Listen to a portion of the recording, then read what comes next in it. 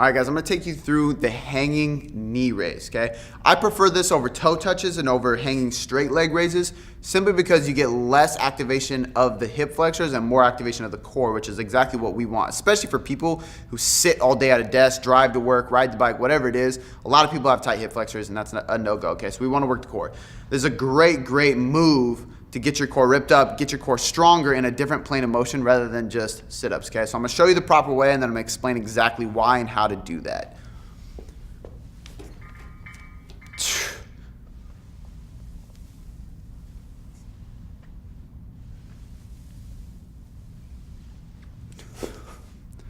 So as you can see, I'm going very slow through the movement. That's key one.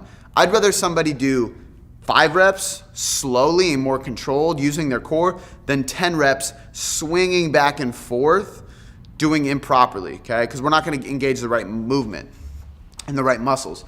So when I was doing that, I actually round my lumbar spine a little bit, my low back, almost like I'm reverse crunching in. If I do not do that, likely what is going to happen is I'm just going to bring my knees up without creating a posterior tilt in my hip.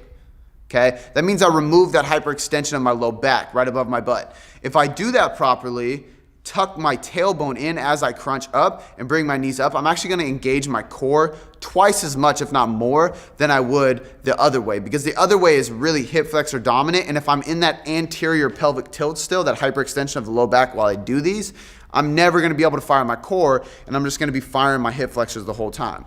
Okay, so one more time, I'm gonna take you through it. As I do this, I'm gonna round my spine, tilting that hip, and bringing my chest up. Rather than keeping that anterior tilt and that rib cage flare and bringing my knees up or swinging a bunch, okay? So again, tilt your feet forward, keep that low back rounded forward, tuck the tailbone as you crunch up. Go slow. If you have a set of 12, let's say, break it into 3 or 4 sets of 3 to 4 reps. Do cluster sets of them so you can slow it down, control the movement, and I promise you, you will feel your abs twice as much when you do this exercise.